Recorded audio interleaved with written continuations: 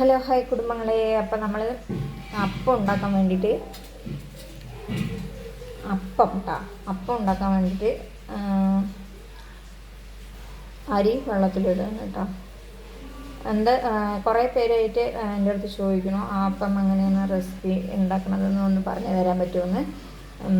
എൻ്റെ ചേട്ടൻ്റെ മോൻ ഇവിടെ വന്നപ്പോൾ അവന് അപ്പം ഭയങ്കര ഇഷ്ടമായിരുന്നു. അപ്പോൾ ഞാനത് ഉണ്ടാക്കിയപ്പോൾ അവൻ 2-3 അടുപ്പിച്ച് കഴിച്ചു.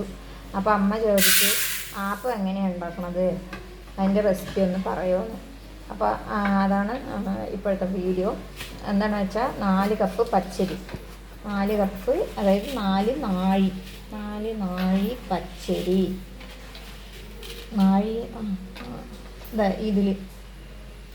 ഇത് പണ്ട് കാലത്ത് നാഴിയാണ്. ഇതിൽ ഇവിടെ മെഷർമെൻറ്റിനൊക്കെ ഇത് എടുക്കുക. അപ്പോൾ എന്താണ് ഇതിൽ 4 കപ്പ് പച്ചരി ഇടുക.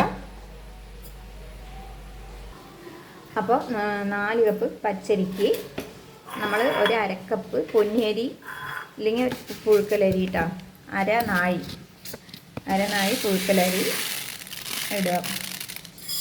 ഇല്ലെങ്കിൽ നിങ്ങൾക്ക് വീട്ടിൽ അരച്ച് വെച്ച തലേ ദിവസം അരച്ച് വെച്ച ദോശമാവോ ഇഡ്ഡലി മാവോ ഒക്കെ ഉണ്ടെങ്കിൽ അത് ഒരു കരണ്ടി മിക്സ് ചെയ്താൽ മതിയാവും ഈ പച്ചരി അരിക്കുന്നതിൻ്റെ കൂടെ.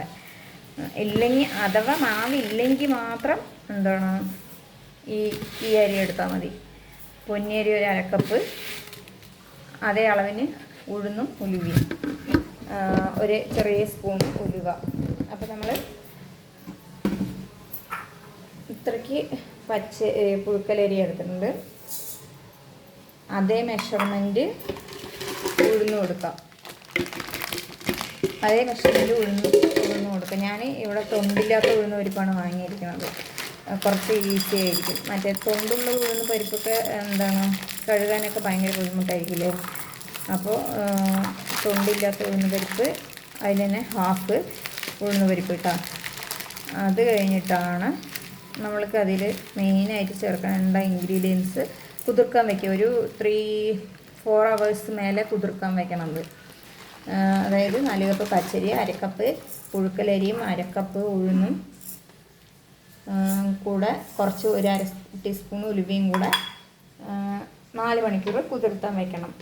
കുതിർത്തി കഴിഞ്ഞിട്ട് നമ്മൾ അതിലേക്ക് ഒരു തേങ്ങ മൂടി ചിരണ്ടിയതും, പിന്നെ തേങ്ങാ വെള്ളം ഒരു ഹാഫ് കപ്പ് തേങ്ങാ വെള്ളവും, പിന്നെ തലേ ദിവസത്തെ ചോറുണ്ടെങ്കിൽ കുറച്ച് ചോറും, പിന്നെന്താ വേണമെങ്കിൽ 2 ചെറിയുള്ളിയും ഒക്കെ കൂടെ ചേർത്തിട്ട് നന്നായിട്ട് ഗ്രൈൻഡ് ചെയ്തെടുക്കുക. ഗ്രൈൻഡ് ചെയ്തെടുത്ത് കഴിഞ്ഞിട്ട് ഓവർനൈറ്റ് വെച്ച് കഴിഞ്ഞിട്ട് അതിൽ പഞ്ചസാരയും ഉപ്പും ചേർത്ത് ചുട്ടാൽ നല്ല സൂപ്പർ പഞ്ഞി പോലുള്ള അപ്പം കിട്ടും കേട്ടോ.